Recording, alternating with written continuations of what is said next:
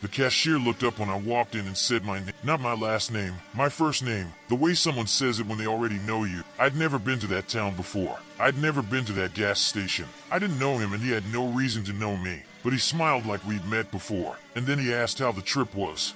I was coming back from my cousin's place upstate. A last-minute trip. She called on a Thursday, asked if I could come up for the weekend. I said yes without thinking too hard about it. I didn't have a car at the time, so I booked the cheapest option available, an overnight coach bus that left Friday at 11 and was supposed to get me back by 7 Saturday morning. The terminal was the kind of place that smelled like floor cleaner and old coffee. Plastic seats, bolted floor, a vending machine with half the options sold out, a TV in the corner playing a news channel nobody was watching. I got there early, bought a bottle of water, sat down. The bus was maybe a third full when we boarded, a mix of people heading to different stops along the route, mostly quiet, mostly on their phones. I had a window seat near the back. The seat next to me stayed empty the whole trip. I put my bag on it and settled in. The bus pulled out at 11:05. It was cold outside and the heat inside was running too high, that specific kind of stuffy warmth that makes you feel drowsy within 20 minutes. I cracked the window an inch, watched the city lights thin out as we hit the highway, and told myself I'd stay awake until at least the first stop. I didn't make it. I fell asleep somewhere around midnight. Not the kind of sleep where you're half aware of your surroundings, full out, the kind where you lose all sense of time. I remember nothing from that point until I felt the bus slow down and the overhead lights came on. I sat up and looked around. The bus was empty. Not just quiet, empty. Every seat I could see was vacant. No bags in the overhead racks. No one in the aisle. I turned and looked toward the front. The driver was standing at the front door with it open, looking back at me. End of the line, he said. This is as far as we go. I looked out the window. We were parked on the shoulder of a two-lane road at the edge of what looked like a small town. A gas station across the road, a cluster of dark storefronts beyond it, a water tower visible against the sky. No terminal, no platform, just a gravel pull-off and a sign I couldn't read in the dark. I checked my phone. 2:40 a.m. The bus was scheduled to arrive at 7. I'd been asleep for less than 3 hours. I told the driver I was going to the wrong stop. He said this was the stop on my ticket. I pulled up the booking on my phone. The stop name on the confirmation didn't match anything I recognized. I must have booked the wrong route in the dark on my phone Thursday night, half distracted, not reading carefully enough. The driver was apologetic, but not helpful. He had a schedule. He couldn't take me back. He suggested I find somewhere warm and call for a ride in the morning. He closed the door. The bus pulled out. I stood on the gravel with my bag and looked across the road at the gas station. The lights were on. Through the window I could see someone behind the counter. It was the only lit building in sight. I crossed the road and went inside. The bell above the door rang when I pushed it open. The guy behind the counter looked up immediately, not the slow look of someone startled out of boredom, but quick, like he was expecting. He was somewhere in his 40s, heavy set, a gray work shirt with no name tag. The store was small. 2 aisles of snacks and supplies, a cooler along the back wall, a coffee station that looked like it hadn't been touched in hours. He said my name before I said a word. Not hello, not can I help you. My name, first name only, the casual version, the way people say it when they've known you a while. I stopped in the doorway. I asked him how he knew that. He tilted his head slightly and said he recognized. I told him we'd never met. He smiled, not a wide smile, just the corners of his mouth, and said I must have one of those faces. I didn't push it. I was tired and cold and stranded, and the alternative was standing outside in the dark. I told myself it was a weird coincidence. Small town, late night, strange guy making strange small talk. I grabbed a coffee from the station and brought it to the counter. He asked how the trip was. Same phrasing, how the trip was,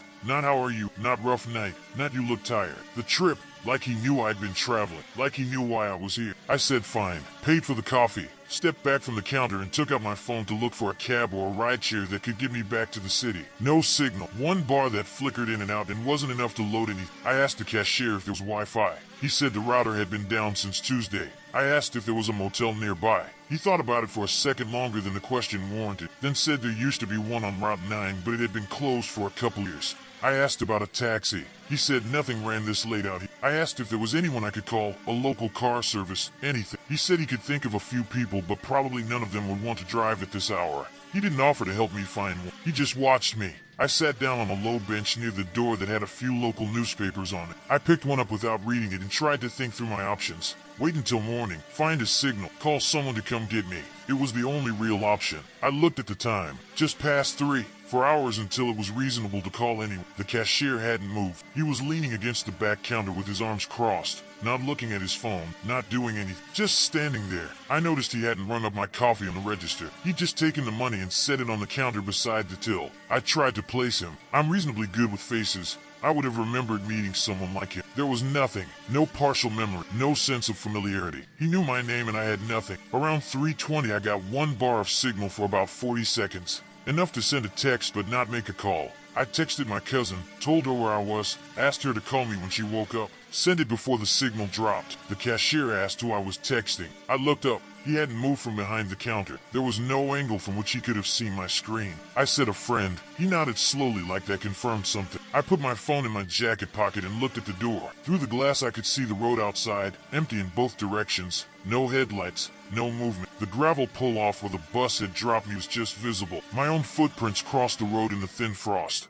Then I noticed something. There were other footprints. Coming from the opposite direction, from the darkness beyond the gas station's light. They came up to the door and stopped. Recent, the frost around them hadn't reformed yet. Someone had been standing right outside the door not long before I walked in. I looked at the cashier. I asked if anyone else had come in tonight. He said no, just me. I asked if he'd been outside recently. He said he hadn't left the counter all night. I looked back at the footprints. They were larger than mine, heavier. The impression depth was different. Whoever made them was bigger than me. I stood up. I told him I was going to wait outside. He said it was cold. I said I didn't mind. He looked at me for a moment with that same half smile and said, "Suit yourself." I pushed the door open and stepped out onto the concrete apron in front of the pumps. The cold hit immediately. I walked away from the door and around the side of the building, following the line of footprints with my flashlight app. They came from behind the building, from the dark lot on the other side where a couple of dead vehicles parked at the back of the property. The prints came from there, walked to the front door, and stopped. No prints going back. Whoever made them had come to the door and nothing. No return path. Like they'd stepped inside and the floor swallowed the prints. Or like they'd been lifted. I stood in the dark on the side of the building for a moment and thought about that. Then I thought about the cashier knowing my name, and asking about the trip, and watching me without looking at his phone for 40 minutes. I went back to the front. I didn't go inside. I sat on the concrete curb near the pumps where I could see through the window. The cashier was still behind the counter. He was looking directly at me through the glass. He raised one hand, not a wave, just a slow lift, like an acknowledgement, like he knew exactly what I'd found. I called out for help, loud, toward the dark storefronts down the road. Nothing moved. I turned on my flashlight and pointed it down both directions of the 2-lane road. Empty. At 3:55 my phone buzzed. 1 bar again. My cousin calling back. I answered before the first ring finished. I told her the town name from the newspaper I'd picked up. She looked it up while I stayed on the line. She said she could be there in under 2 hours. I told her to hurry. I told her I'd be outside, by the road, away from the building. I told her not to stop anywhere else. I sat on the gravel pull-off across from the gas station for an hour and 3 minutes. I didn't go back inside. I watched the window the entire time. The cashier didn't move from behind the counter. Every time I looked, he was in the same position, looking out.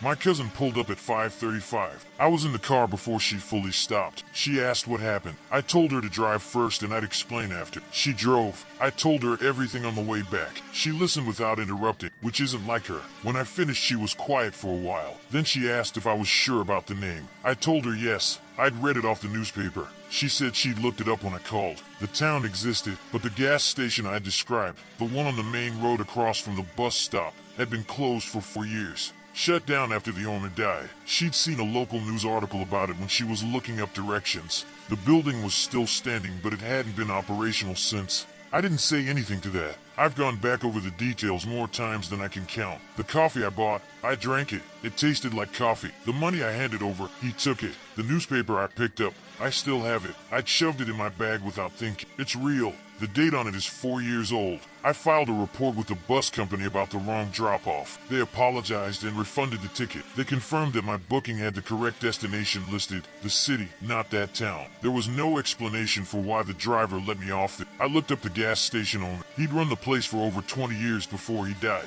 I found one photo of him online, a local newspaper piece about the closure. I stared at that photo for a long time. I'm not going to say it was him. I don't know what it was. I don't know how he knew my name or what he was waiting for during those 2 hours I sat outside on the gravel. I don't know whose footprints went to the door and didn't come back. What I know is that something in that building something had been expecting me. And whatever it was, it let me leave. I don't know why. That's the part that doesn't let me sleep. Not the fear of what it was. The question of why it decided I could go. I haven't taken an overnight bus since. I check every booking twice now. I don't fall asleep on long drives. Small things. The kind of adjustments you make when you can't explain what you're adjusting for. The newspaper is still in my bag. I keep meaning to throw it out. I haven't yet.